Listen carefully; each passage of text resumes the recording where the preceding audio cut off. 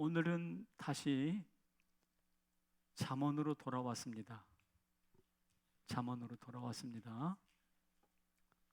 잠언 1장부터 9장은 굉장히 주제가 있는 내용이었고 10장부터 28장까지는 여러 교훈집을 모아놓은 교훈집입니다. 오늘 13장인데요. 교훈집을 모아놓다 보니까 한 절 한 절은 굉장히 금쪽 같은 교훈이에요. 그런데 이것이 독립적인 말씀을 서로 모아놓다 보니까 이어지는 맥이 분명하지가 않은 것 같아요. 앞절과 뒷절이 서로 연관되어 있는 것 같지가 않다 이 말입니다. 하지만 자세히 보면 기승전결 혹은 인과응보의 방식은 아니지만 우리가 예상하지 못한 방식으로 짜여져 있습니다. 마치 옷감의 뒷면이 무질서하게 보이지만 앞면은 질서가 정연해지는 것처럼 오늘 본문도 그렇습니다. 얼핏 읽으면 중구난방인 것 같아요. 그런데 한번 자세히 읽어보셔서 아시겠지만 지혜를 말하고 있어요. 그러다가 훈계를 말합니다. 그러다가 갑자기 소원 성취로 주제가 옮겨져요. 그러다가 동행 친구 이야기를 합니다. 그러다가 생업에 대한 이야기를 하죠. 밭을 경작하는 이야기로 옮겨갑니다. 그러다가 초다를 아끼지 마라. 자식 교육과 문제로 옮겨갑니다. 그러다가 의인은 배가 부르지만 악인은 배가 고프다. 이런 문제로 나가. 그러니까 어떤 일정한 주제로 흘러가는 것이 아니라 중구난방 왔다 갔다 그 의도를 파악할 수 없을 만큼 주제가 일관성이 없어 보입니다. 그래서 학자들이 이 잠언을 연구한 학자들이 잠언에서는 주제를 찾기가 어렵다라고 아예 단정을 합니다. 그런데 또 어떤 학자들은 아니야 그래도 어떤 주어진 주제가 있어, 숨겨진 주제가 있어 라고 말을 합니다. 제가 보기에는 어떨까요? 제가 보기에는 우리가 얼핏 봐서 발견할 수는 없지만 숨겨진 주제가 있다라는 편이에요. 그래서 오늘 설교 제목이 뭐냐면 뭐죠? 시원한 인생 부채. 이 부채는 빚이 아니라 이런 부채입니다. 이런 부채. 짠. 이런 인생 부채라는 것인데 여기에는 각각의 부채살이 있죠. 이 부채살이 서로 모아져서 묶여져서 합죽선이라고 불리는 이런 부채를 만드는 것입니다. 그래서 오늘은 이 부채살에 본문에 나타나는 부채살에 대한 이야기를 좀 한번 해보려고 할게요. 제가 많지만 5개만 준비했습니다. 5개의 부채살. 오늘 본문에 나타나는 5개의 부채살 한번 제가 설명해 보도록 하겠습니다. 첫째 부채살은 무엇이냐면 지혜입니다. 우리가 인생 살아갈 때에 지혜가 필요합니다. 강을 건너는데도 지혜가 필요합니다. 물살이 세면 강을 직각으로 건너면 대단히 어려워요. 그런데 사각으로 이렇게 물길을 따라서 사각으로 건너가면 훨씬 더 쉬워요. 맞죠? 아직 강을 건너보신 경험이 없으신가요? 사각으로 건너면 훨씬 쉽습니다. 그리고 물살이 세면 셀수록 호주머니에다가 돌멩이 몇 개 더 집어넣고 가면 물살이 휩쓸려 내려가지 않는다고 합니다. 왜냐하면 체중이 무거워야 물살을 이길 수가 있기 때문에 그렇습니다. 강을 건너는 지혜예요. 인생의 강을 건널 때도 이런 지혜가 필요하다 이거예요. 제가 탄천 산책하다 보면 두루미들이 있어요. 두루미. 얘네들이 서가지고 가만히 있습니다. 무슨 돛 닦는 것도 아닌 것들이 가만히 있어요. 쟤네들은 여기 와서 왜 저러고 있지? 라고 생각했습니다. 근데 알고 보니까 그렇게 가만히 있어야 고기가 경계하지 않고 다가와요. 특별히 여름에는 서 있으면 그늘이 지잖아요. 그 그늘로 고기들이 찾아와요. 그러면 가만히 있다가 콕 찍어 먹어요. 이게 바로 먹이 사냥하는 두루미의 지혜입니다. 그러니까 지각을 가진 사람과 동물은 작은 행동에도 다 지혜를 담고 있어요. 그런데 그 지혜는 뭐 하자는 거예요? 죽지 않고 먹이를 잡아먹고 무사히 강을 건너고 살자는 거죠. 이 지혜의 근본 목적은 생명입니다. 그런데 그 생명을 가장 완벽하고 최고봉으로 우리에게 제시하신 분이 계십니다. 그분이 바로 예수 그리스도십니다. 고린도전서 1장 24절에 부르심을 입은 자들에게는 유대인이나 헬라인에게나 다 같이 그리스도는 하나님의 능력이요 하나님의 지혜니라. 그리스도가 하나님의 지혜라라고 말씀하고 계셔요. 결국 살려고 발버둥을 치는데 그 완성은 죄로 죽었던 예수 그리스도, 하나님의 지혜인 예수 그리스도로 완성이 된다 이 말입니다. 많은 지혜 위에 최정상에 누가 있다? 예수 그리스도가 있다라는 것이죠. 그래서 오늘 본문 13장 14절에 지혜 있는 자의 교훈은 무엇이라? 생명의 삶이다 라고 말합니다. 그래서 사람으로 그 사망의 그물에서 벗어나게 한다 그랬습니다. 그러니까 인생의 지혜가 많지만, 그래서 수많은 사람이 책을 쓰지만 그 꼭대기 최고봉에는 누가 계시다? 지혜의 근본이신 예수 그리스도가 계시다라.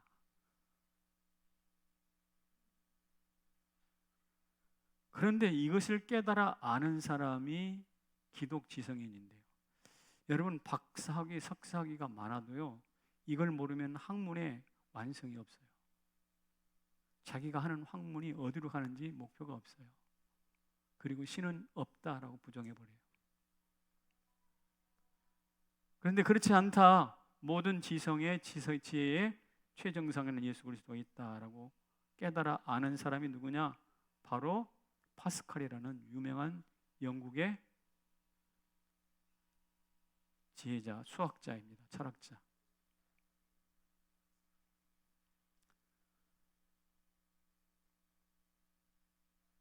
두 번째 부채살을 소개해 드릴게요. 친구입니다. 인생은 단 심리를 가더라도 친구가 필요합니다. 그렇죠? 친구 따라 어디 간다고? 친구 따라 어디 왔습니까? 교회 왔습니다. 그러니까 우리는 누군가 함께 해야 합니다. 그래서 우리 입버리처럼 같이 가자, 같이 먹자, 같이 놀자, 그런 말 많이 하잖아요. 그렇습니다. 그런데 아무나 같이 하면 안 됩니다. 잠언에 보면 이런 말씀이 있어요.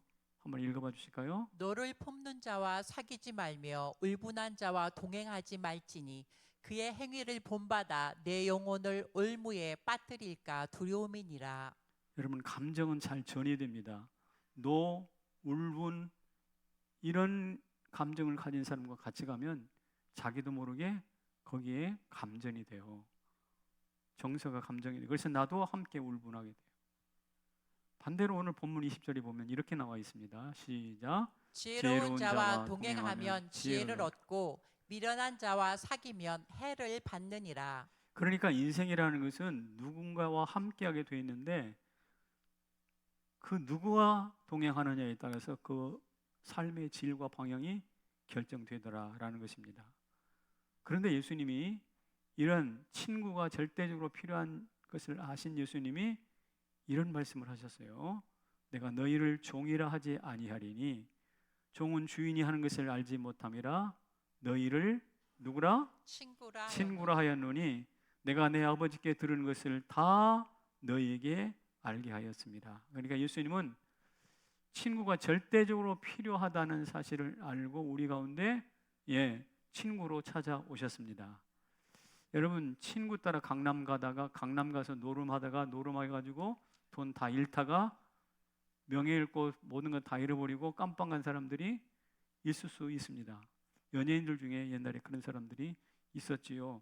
근데 그런 사람들이 나중에 회개하고 예수 믿었고 간증하러 다니더라고. 그런 거 보셨나요? 예. 이게 바로 뭐냐면 오늘 본문에 있는 말씀을 그대로 재현하고 있는 거예요. 어쨌든 친구가 필요한 존재, 절대적으로 친구가 필요한 존재라는 사실을 알고 우리에게 찾아오셔서 친구가 되어주신 주님을 찬양합니다. 그래서 그분이 오셔가지고 우리를 완벽하게 동행하시고 멘토가 되어주세요. 우리와 생각을 나누십니다. 그 생각은 하나님 생각인데 그 생각을 우리에게 나눠주십니다. 그리고 신분을 나누십니다. 신분, 하나님이 자녀됨의 신분을 예수님이 또 우리에게 나눠주십니다. 그래서 하늘에서 내려온 하늘의 친구가 누구냐? 예수님이세요. 땅의 친구는 참 많잖아요. 하늘에서 내려온 우리의 친구가 있다니까요. 누구? 예수님입니다. 인생사에서 이 친구의 가치가 굉장히 중요하다는 것을 아는 사람들이 만든 학문이 있어요. 그게 바로 정치학이에요. 정치. 그리고 국가 관계에서는 뭐냐면 외교학이에요. 그리고 그 정치와 외교가 가장 발달한 나라가 여럿 있는데 그 중에 하나가 이스라엘이라고 합니다. 히브리 대학의 정치 외교학과는 세계에서 탑이래요. 세계 많은 외교관들이 거기 유학하러 온대요. 자, 성경이 가르치고 있는 친구의 소중함을 이미 아는 백성들이 정치 외교학을 발전시키는 거죠. 친구 중요합니다. 인생의 부채살 중에 하나예요. 세 번째 부채살이 뭐냐면 산업입니다. 이것은 생업과 유산을 포함해서 산업이라고 묶었습니다. 먹고 사는 양식이 나오는 곳, 그게 바로 우리의 산업입니다. 여러분들은 뭘 먹고 사십니까? 어디서 나온 것을 먹고 사십니까? 각자 한번 생각해 보세요. 그런데 다윗은 특별한 이야기를 했네요. 여호와는 나의 산업과 내 잔의 소득이시다. 다윗이 먹고 사는 것이 어디서 나오냐면 밭에서 나온 것이 아니라 창고에서 나오는 것이 아니라 국가의 세금으로 먹고 사는 게 아니라 하나님으로 먹고 산다는 것이죠. 하나님. 다윗의 음식의 출처가 어디냐? 하나님이라는 거예요. 여러분과 저도 그렇게 되기를 소망합니다. 그래서 구멍가게를 하더라도 그 구멍가게는 하늘 창고예요.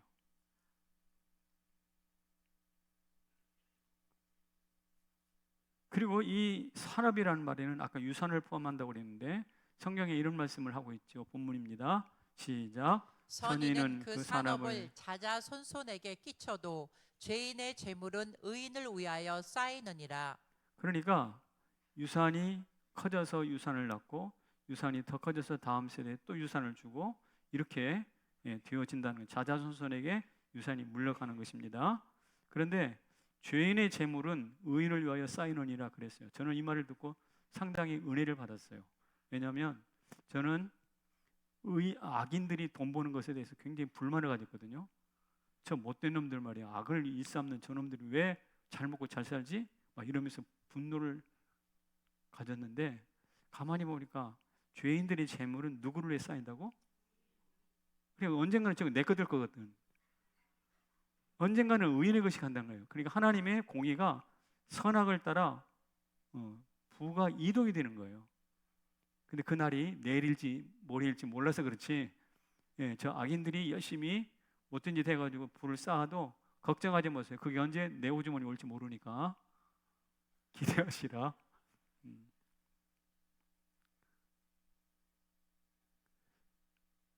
그래서 저는 이렇게 생각합니다. 하나님이 내지 않은 부자도 없고 하나님이 허락하지 않는 가난도 없다. 다시 말해서 하나님은 부자도 내시고 가난한 자도 내신다.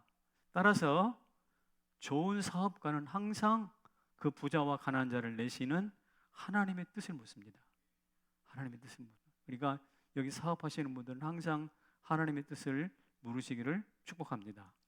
그런데 그 원리를 잘 이해하는 사람들이 누군가 하면 산업혁명의 주역이었던 청교도들이에요. 우리 신앙의 선배들. 크리스찬 경제인들이죠. 지금 지도를 펼쳐놓고 보면 부의 라인과 부의 분포도와 예수 신앙 분포도가 같습니다. 그러니까 크리스찬 예수 잘 믿는 나라, 기독교 문화권을 가지고 있는 나라는 대부분 다 잘 살아요. 우리 코리아도 어떻습니까? 다본 북한에는 유물론이죠. 한국에는 기독교가 대세예요. 북한 가난합니다. 한국은 가난했는데 부해졌습니다. 여러분 70년대 초중반까지만 해도 북한이 우리보다 잘 살았습니다. 예, 아시죠? 그런데 70년 지내 80년 딱 지나면서 역전됐어요. 지금은 거의 10배 정도 차이가 나요. 우리가 부지런히 열심히 일해서가 아닙니다. 복음이 그렇게 만들었어요. 자녀 문제가 있습니다. 부채살 중에 이제 자녀 부채살이 있는데 예수님은 어린아이들을 참 좋아하셨습니다. 이 성경이 쓰여질 때만 하더라도 어린아이들은 숫자에 들어가지 않았다는 것을 아시죠? 예, 어린아이를 보면 절로 가, 저리 가, 너희들 애들은 가. 우리 어릴 때만 해도 애들은 가라라는 소리를 귀에 못지 박히도록 들었는데 예수님이 말씀하셨어요. 어린아이들이 내게 오는 것을 용납하고 금하지 말아라. 하나님 나라가 이런 자의 것이다. 예수님은 어린아이들을 소중히 여기셨습니다. 그런데 그럼에도 불구하고 소중히 여기지만 초달을 금하지 마라. 같이 말씀을 읽어볼게요. 시작. 초달을 참아 못하는 자는 그 자식을 미워함이라. 자식을 사랑하는 자는 근실이 징계하느니라. 매를 친다는 것입니다. 그런데 여러분 매는 대단히 미묘하더라고요. 못된 일을 해서 자식이 못된 짓을 해서 이놈 안 돼, 이러면 안 돼 하면서 징계를 하려고 매를 들었는데 때리다 보면 뭐가 되냐면 사랑의 매가 아니라 미움의 매로 바뀌어요. 감정선이라는 게 묘합니다. 그리고 아이가 안 맞으려고 한다거나 째려본다거나 하고 있다거나 그러면 아 이것 봐라 그러면서 나도 모르게 뭐가 분노가 터져가지고 살짝 때리고 또 더 세게 그러니까 이게 사랑의 초달이 시작됐는데 미움의 초달로 금방 바뀌어버려요. 이런 것들 때문에 어떤 학자는 아예 초달을 금지하는 견해를 밝히십니다. 근데 저는 거기에 반대입니다. 예수님도 채찍을 들고 성전을 더럽히는 사람들을 쫓아내셨거든요. 그러니까 초달 금지는 근거 없습니다. 그 옳지 않습니다.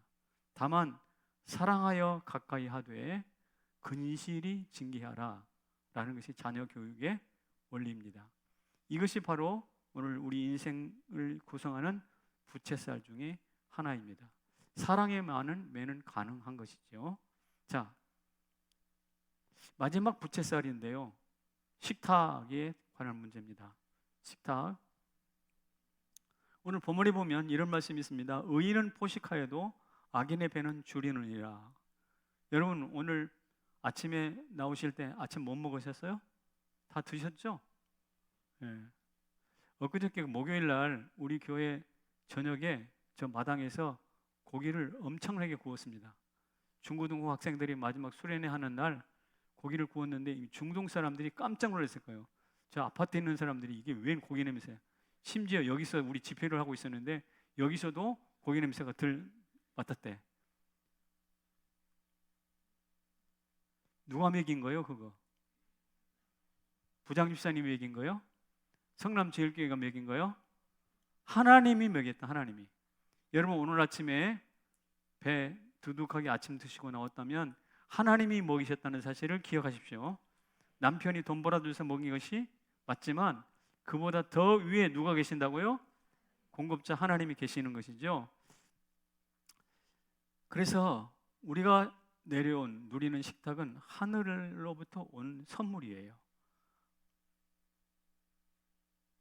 이것을 잘 알고 있는 백성들에게 예수님이 일침을 가면서 이렇게 말씀하셨습니다. 예수께서 가라사대 내가 곧 생명의 떡이니 내게 오는 자는 결코 뭐한다? 줄이지 아니할 것이다. 그렇습니다. 그래서 이 원리를 떡이 되신 예수 그리스도 그러니까 식탁의 최정상에는 누가 계시냐? 떡이신 예수님이 계시다라는 사실을 아는 사람들이 세계적으로 배고른 사람들을 위해서 기구를 만들었어요. 그게 바로 뭐냐? 기아대책이에요. 그리고 굿네이버스예요. 이런 사람들이 다 누굴까요? 그리스도인들이에요. 불교인들이 아닙니다. 이슬람 모슬렘인들이 아닙니다. 하나님을 섬기는 그리스도인들이 기아대책, 굿네이버스. 그래서 밤에 꼬르륵꼬르륵 소리, 배 굶고 저녁을 못 먹고 자는 사람들에게 편한 잠 자도록 이런 수고를 하고 계시는 거죠. 같이 한번 읽어봅시다. 시작. 의는 떡과 함께 가고 떡은 의를 완성합니다. 의는 떡과 함께 가야 의로움이 돼요. 그리고 떡은 그 의를 완성해요. 사랑한다 사랑한다 하고 떡 안 주면 그 사랑은 불완전해요. 그리고 그 사랑은 떡과 함께 갈 때 완성이 되는 것이죠. 이 원리를 아는 것이 바로 성경에 정통한 사람들입니다. 제가 지금까지 5가지 부채살을 말씀드렸습니다. 첫 번째가 뭐였더라? 지혜. 두 번째는 친구. 세 번째는 산업. 네 번째 자녀. 다섯 번째 식탁입니다. 그런데 이 5가지는 따로따로 있으면 힘이 없어요. 여러분, 이 5가지가 매우 각자 중요하지만 더 중요한 것은 이 각자 5가지가 하나로 관통이 되어야 됩니다. 이를테면 산업을 일으키기 위해서 자식을 버려버리면 되겠습니까? 안 되죠. 친구가 너무 좋은 나머지 사업 일 안 하고 가서 친구가 놀기만 하면 되겠습니까? 안 되죠. 그러니까 이 5가지는 나름 각자 중요하지만 각자의 위치를 가지고 각자 중요한 예수 그리스도, 그 끝에 있는 예수 그리스도를 통해서 관통이 돼요. 그래서 한번 읽어봅시다. 시작. 그리스도 중심축. 예수 그리스도가 이 지혜의 맨 끝에 있고 친구의 맨 끝에 있고 최고 좋은 산업자이시고 자녀의 교육의 완성자시고 식탁의 주인공이 맞습니다. 예수님이. 그런데 그 최고 정상에 있는 예수님께서 그 5가지를 마치 관통하여 꿰뚫어 중심축이 되어야 된다는 것이죠. 여기 부채가 있어요. 여러분, 이 부채 중에서 어디가 어떤 게 제일 중요할 것 같아요? 이거 신혼이라고 썼는데 이거 누가 주신 거냐면 현우숙 전사님 주신 거예요. 착한 일 했죠, 그죠? 이거 뭐가 제일 중요하냐고, 이거거든. 이거 중심축이란 말이에요. 이게 중심축. 이 중심축이 누구냐면 그리스도예요. 예수 그리스도. 예수 그리스도가 우리의 지혜를 관통하고 친구를 관통하고 산업과 자녀와 식탁을 관통해서 중심을 이룰 때 이 5가지가 하나로 딱 묶여가지고 시원한 온전한 부채를 형성할 수가 있다 이 말입니다. 그래서 오늘 설교 제목이 뭐라고요? 시원한 인생 부채입니다. 하워드 핸드릭스라는 기독교 교육학자가 이런 손바닥을 이렇게 펼쳐놓고 이렇게 대신 설명했어요. 자, 여기 우리는 직장 생활을 합니다. 가정 생활을 합니다. 친구 생활을 합니다. 산업, 자녀들 기르기도 합니다. 각자 생활이 있습니다. 그런데 이것에 제일 중요한 것은 손가락보다 더 중요한 것은 손바닥입니다. 근데 이 손바닥이 뭐냐면 바로 신앙생활입니다. 그랬어요. 신앙생활은 여러분들이 볼 때는 이 새끼손가락 같아. 직장이 더 중요하고 뭐가 중요하고 자식이 중요하고 다 1, 2, 3번은 다 요 앞에 있고 마지막에 곁다리로 신앙생활 할까 말까 이렇게 새끼손가락으로 신앙생활을 취급하는데 그게 아니라는 거예요. 그게 아니라 하워드 핸드릭스가 볼 때 여러 가지 직장생활, 가정생활 많지만 가장 중요한 것은 손바닥인 신앙생활이라는 것이지. 여러분 그 말에 동의가 되십니까? 바로 그 이야기를 지금 하고 있는 거예요. 마치 손가락의 가장 중심이 손바닥인 것처럼, 손바닥이 건강해야 손가락을 움직일 수 있는 것처럼 우리의 모든 5가지의 부채살들이 예수 그리스도로 말미암아 꿰어질 때, 통합이 될 때, 모아질 때 자유롭게 쓸 수 있고 활용할 수 있고 이길 수가 있다는 것이죠. 한번 읽어봅시다. 그래서 시작. 근본 뿌리가 되는 손바닥이 곧 예수 그리스도십니다. 여러분, 이런 말씀을 사도 바울이 했습니다. 하나님을 사랑하는 자, 곧 그때의 뜻대로 부르심을 입은 자들에게는 다 같이 모든 것이 합력하여 선을 이룬다. 모든 것이 합력하여 선을 이룬다. 너무 좋은 말씀이죠, 그렇죠? 에? 그런데 여러분, 이게 실제로 느껴집니까? 지난 23년도에 모든 것이 합력하여 선을 이루셨던가요? 예, 그렇게 되면 좋겠어요. 그런데 그렇게 느껴지지 않는 경우도 있어요. 그토록 열심히 기도했는데 아직 응답되지 않은 기도가 많지 않습니까? 합력하여 선을 이룬 것 같지 않아요. 그렇다면 이게 하나님 말씀이 거짓말인가? 제가 설명해 볼게요. 하나님 말씀이 거짓말이 아니라 여러분에게 문제가 있습니다. 그럼 어떤 문제예요? 어떤 문제예요? 목사님, 어떤 문제가 있기 때문에 나한테는 그렇게 일이 잘 꼬이는 겁니까? 라고 물으신다면 제가 이렇게 말할게요. 여러분의 가정과 여러분의 친구와 여러분의 지혜와 산업과 자녀와 식탁에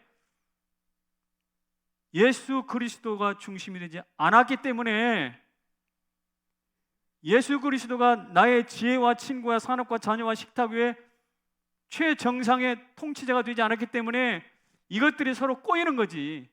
합력하여 선을 이루지 못하는 것이 아니라 서로 충돌을 하는 거지.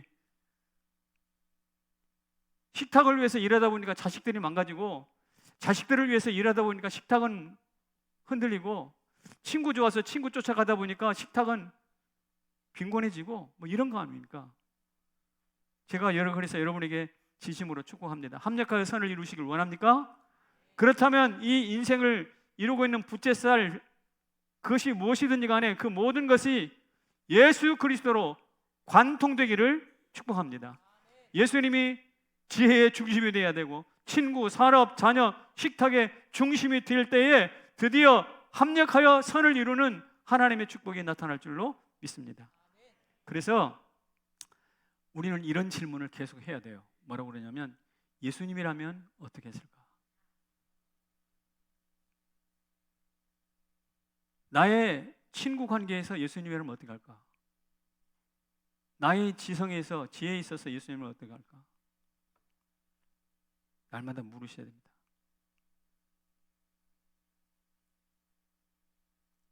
얼마 전에 어느 한 집사님이 저를 보자고 말씀하셨는데, 제가 연말연시에 설교라든지 기타 일정 때문에 만나지를 못하고 있었습니다. 그러다가 지난 주일에 제 목양실에 잠시 들리셨습니다. 저에게 꽤 오래 전에 준비해놨는데 전하지 못한 편지처럼 이게 낡은 봉투에 재정이 들어 있었어요. 그리고 그것을 저한테 전해 주셨습니다. 오래전에 주려고 준비를 하고 계셨던 것 같습니다. 제가 너무 감사했어요. 그러나 제가 받기를 거절했습니다. 제가 이렇게 어떤 특별한 목적이나 이유 없이 저한테 주는 것은 잘 받지 않습니다. 그랬더니 그 어르신 얼굴이 참 난감한 표정이었고 서운한 표정이 흘렀습니다. 죄송했지요. 어른이 재정을 오래 담아가지고 가지고 다니다가 담임 목사한테 주려고 했는데 담임 목사가 안 받는다 그러니까 얼마나 좀 속이 상했겠어요. 저도 상황이 좀 묘해서 어떡하죠? 주님 어떡하죠? 그리고 예수님이라면 어떻게 하셨을까라는 생각을 했다 이 말입니다. 이럴 때는 예수님이 어떻게 하셨을까? 그때 주님께서 저한테 쑥 넣어주시는 생각이 하나 있었어요. 지난주간에 제가 우리 교회에 성전 건축에 대한 새로운 일을 설명하지 않았습니까? 예, 그래서 오늘 여러분도 헌금도 작정하고 했는데 그 생각이 퍼뜩 떠올라서 이렇게 말했습니다. 집사님, 이 재정을 저한테 주는 것보다 하나님께 설교 이후 제1호 건축헌금으로 드리는 게 어떨까요? 제가 설교를 하고 나서 제1호로 건축헌금을 드리는 게 어떨까요? 그랬더니 그 어르신이 고개를 끄덕거리시고 얼굴이 환해지셨어요. 맞아요. 담임 목사가 쓰는 것보다 하나님의 건축을 위해서 쓴다면 훨씬 더 좋겠죠. 이해가 되신 겁니다. 그래서 그 상황을 서로 잘 이해하고 또 서로 격려할 수 있는 시간이 되었는데, 이렇게 좀 갈 수도 없고 안 갈 수도 없고 받을 수도 없고 안 받을 수도 없고 이런 애매하고 모호한 때에 어떻게 하신다고요? 예수님이라면 어떻게 하시는가? 매사에 묻는 거예요. 물으시기를 축복합니다. 예, 그런 대답이 없으면 가만히 계세요. 결정하지 말고 가만히 계시라고. 좀 생각해 보겠습니다. 냅다 이렇게 할게 저렇게 할게 결정하라는 게 아니에요. 하나님이 말씀하시지 않으면 가만히 있어요. 제가 좀 기도해 볼게요.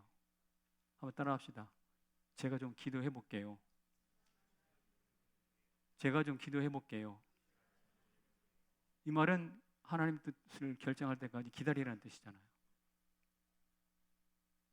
이렇게 해서 우리의 지혜와 친구와 산업과 자식과 식탁이 예수 그리스도로 관통이 되고 예수 그리스도로 묶여지면 어떻게 될까요? 어떻게 될까요? 첫 번째, 품격이 생깁니다. 품격이 있게 돼요. 어떤 사람을 만났는데 지혜가 있어요. 친구 관계도 좋아요. 사업을 잘해서 부유합니다. 자식도 잘 키웠어요. 매일 식탁이 풍요롭습니다. 그런데 그 사람이 예수 그리스도를 정확히 알고 예수 그리스도가 삶의 중심이 되었습니다. 그래서 지혜, 친구, 사업, 지식, 식탁이 서로 충돌되지 않아요. 뿐만 아니라 자기가 걸어가야 될 삶의 목표가 뚜렷합니다. 이런 사람 만나면 여러분 어떡할까요? 친구 삼아야지. 멘토로 삼아야지. 대단히 중요한 사람입니다. 여러분, 세상에서 부자인데 굉장히 부자인데 굉장히 똑똑해. 그런데 얼굴도 이뻐. 이런 사람을 뭐라고 그러죠? 어머나, 이걸 모르다니. 세상에서는요, 부자예요. 똑똑합니다. 1등 했어요. 그런데 얼굴도 아이돌이에요. 이런 사람들을 뭐라고 그러냐면 엄친아라 그런다고. 진짜 모르셨어요? 엄친아.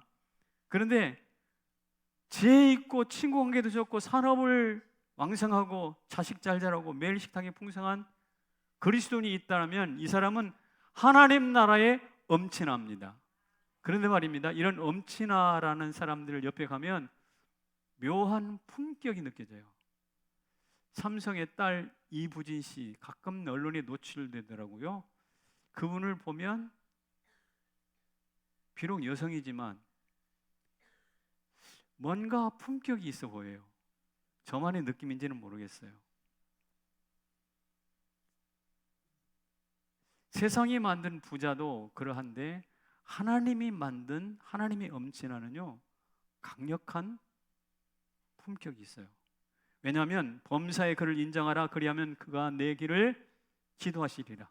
하나님이 멘토가 되어주시고 모든 지정의 결정들을 코칭해 주시니까 그 사람에게는 세상의 품격이 아니라 하늘의 품격이 딱 생기는 거예요.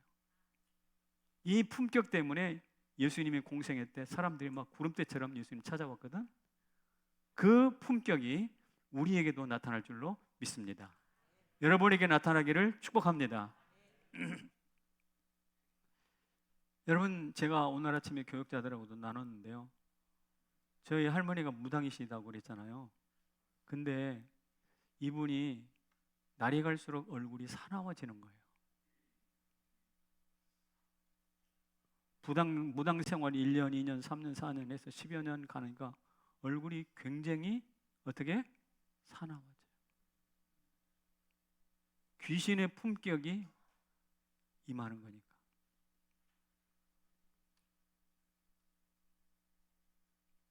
제가 사랑의 교회에 있을 때 진짜 품격이 있어요. 부티가 나요. 그리고 전문직을 가지고 있어요. 도드라지지 않은데 내실이 있습니다. 자랑하지 않아요. 근데 내실이 있어요. 뭔가 물어보면 상당히 알토란 같은 답변을 줘요. 솔루션을 가지고 있어요. 여러 가지 위험이 어려움이 있어도 휘둘리지 않은 어떤 중심 있는 인물이에요. 그래서 제가 혹시 신앙생활 몇 년 얼마나 예수 믿었습니까? 그랬더니 저는 5대째 신앙인입니다. 그러더라고요. 5대째 신앙인이래요. 그러니까 할아버지 그 위에서부터 하나님을 범사에 인정했더니 하나님이 그를 지도하다 보니까 5대째 쌓이니까 그게 품격이 되는 거예요. 품격이 돼요. 제가 제일 부러운 게 그겁니다. 저는 진짜 돈 있는 사람 부럽지 않아요. 건강한 사람도 부럽지 않아요. 다 주님 나라 갈 건데 뭐. 그런데 하늘의 품격을 가진 사람은 참 부러워요. 왜냐하면 그 사람 마음속에는 누가 계시기 때문에? 예수 그리스도가 중심이 되기 때문에 그래요. 성남제일교회 성도 여러분, 우리 그런 품격을 가질 수 있기를 소망합니다. 그리고요, 품격만이 아니라 힘이 생깁니다. 힘이 생겨요. 그리스도가 우리 삶의 중심을 꿰뚫고 지나가면 힘이 생겨요. 부채가 중심이 팍 잡히니까 이거 펴기가 좀 어려워요. 펴기가 어려워요. 힘이 들어간다고. 여러분, 제가 부교육자들과 함께 가끔 요 밑에 식사를 하러 간다거나 뭐 결혼식 주례가 있어서 같이 부목사님들이랑 같이 가잖아요. 그러면 제 옆에 이건준 목사, 조동희 목사, 김준 목사, 그리고 최근에 우리 교회엔 0.1톤짜리 교육자 두 분이 또 왔잖아요. 0.1톤. 이분들이 와서 제 옆에 저랑 같이 함께 걸어간다고 생각해 보세요. 완전 조폭 분위기죠. 이렇게 쭉 걸어가면 저쪽에서 사람이 오다가도 슬슬 피합니다. 바로 우리를 정면으로 응시하지 못해요. 그리고 이분들이 워낙 잘생기지 않았습니까? 그러니까 이들이 딱 지나가면 거리가 확 밝아집니다. 힘이 있습니다. 그런데 그런 광경을 보고 제가 착각합니다. 무슨 착각하냐면 이것은 순전히 나 때문이다. 그 중에서 제일 약하고 제일 볼품없는 나인데 이것은 나 때문이다 라고 생각하면서 어깨가 힘이 빡 들어가는 거예요. 그리고 생각을 합니다. 6.25 때 이승만 대통령이 말했던 뭉치면 살고 흩어지면 죽는다. 그래서 뭉쳐야 돼.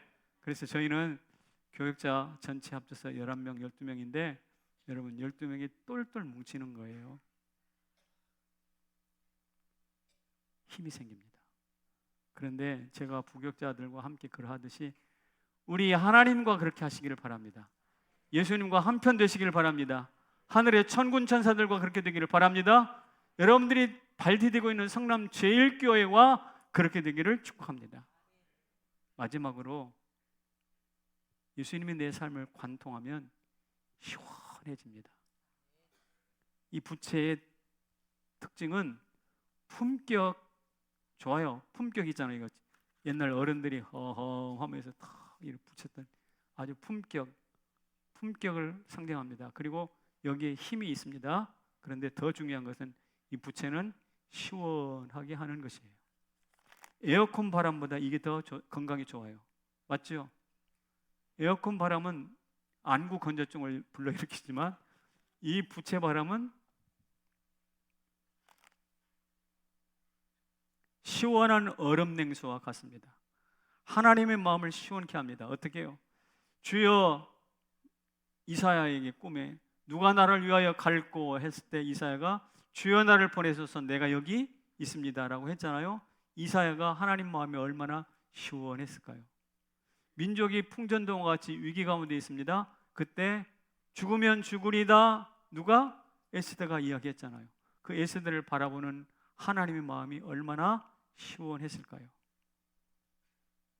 오늘 우리가 예수 그리스도께 중심을 드리면서 즉시 온전히 기쁨으로 순종한다면 하나님이 우리를 바라보고 마음이 시원할 뿐만 아니라 옆 사람에게도 시원한 친구가 되어줍니다.